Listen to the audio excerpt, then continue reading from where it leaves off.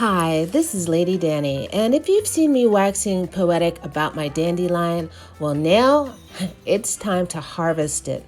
Yes, it makes incredible medicine, but it also makes a tasty treat. So, it's time to harvest a few leaves, as well as a few flower heads, and take this into the kitchen. Can't wait. And here they are in the kitchen, my Taraxacum officinale, or the official name for dandelion. Now, when you pick them when they're younger, the leaves tend to be sweeter, but don't let that bitter bite scare you. They're not that bitter, number one, and number two, your body actually could use those bitters as a digestive aid. That's one of the reasons they've been used so much during the spring, is after a long winter, it does help your body detox naturally, as well as help you with digestion. So embrace the dandelion green. Dandelion greens contain vitamins A, C, K, E, and B, and they also contain minerals like iron, calcium, magnesium, and potassium, and inulin, a soluble fiber. And now it's time for a quick soak in cold water and white vinegar. That way it removes any dirt and dislodges any bugs that might be hitching a ride.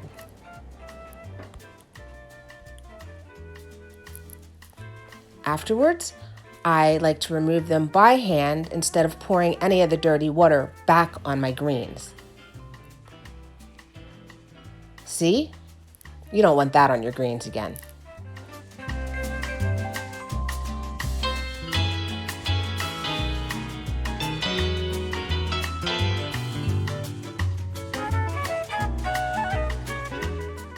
Just another quick rinse to make sure everything is as clean as possible, and then we're going to let them drain a bit.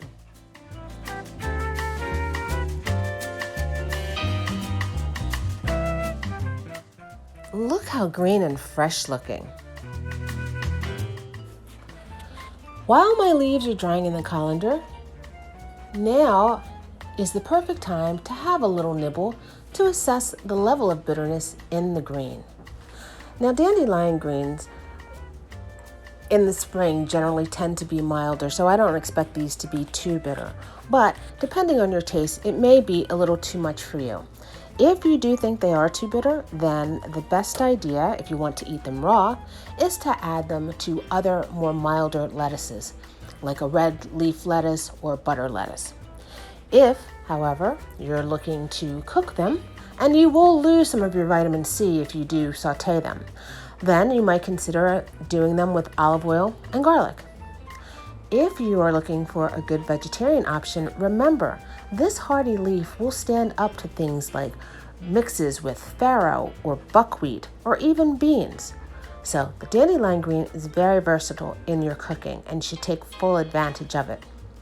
Remember, if you are buying these greens as opposed to growing your own, please select ones that look nice and green without any browning on the edges, and remember when you bring them home to use them within the next day or so. You don't want to lose the nutrient value of the greens. If you are picking the greens yourself, please make sure that you're getting them from a source that you can rely upon and know that they're not using any harmful pesticides. And don't forget the dandelion heads. You can save these and dry them and then use them later in an infusion, or you can simply munch on them. You may want to remove this green bit at the back because that can be a little bitter, but the flowers themselves are sweet and tasty. And the flowers themselves are incredibly useful. You can infuse oil with dandelions and then create things like soap or balms from it. Dandelion flowers have a mild analgesic property, making them great as an addition for any products that you're making to help with sore muscles, external aches and pains, or just to heal rough, chapped skin.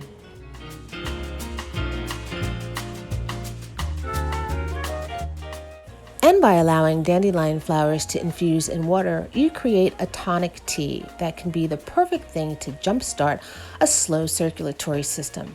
And that can be helpful if you have issues with constipation or acne. It can also be helpful in helping to rid your body of excess water or uric acid. So if you suffer from swollen ankles or edema, or if you have issues with gout or rheumatoid arthritis, it may be helpful. But keep in mind, do not do this to excess, especially if you're taking blood thinners like warfarin or if you're already taking a water pill, as this can exacerbate those medications. So be sure to check with your healthcare provider and tread carefully. I decided to use the greens to make a light salad. We're having lamb, which can be a little fatty, so I thought having the digestive aid of both the greens and a light vinaigrette would be nice and refreshing with dinner. Snip any leaves that are too large. I'm also removing the base of the flower, so the petals are free and I can sprinkle them in the salad as well.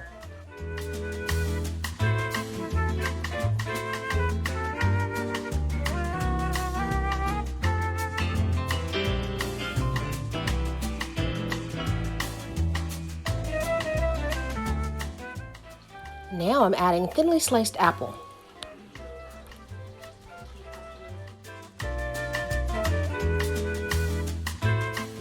I've also added a few carrot shards for color.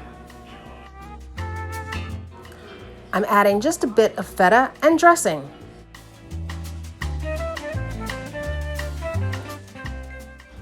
And finally, a quick sprinkle of pumpkin seeds.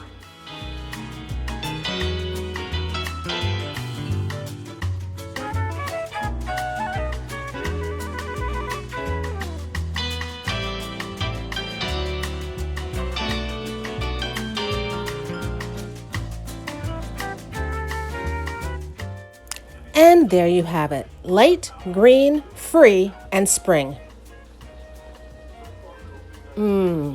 Freshness on a plate. Dig in.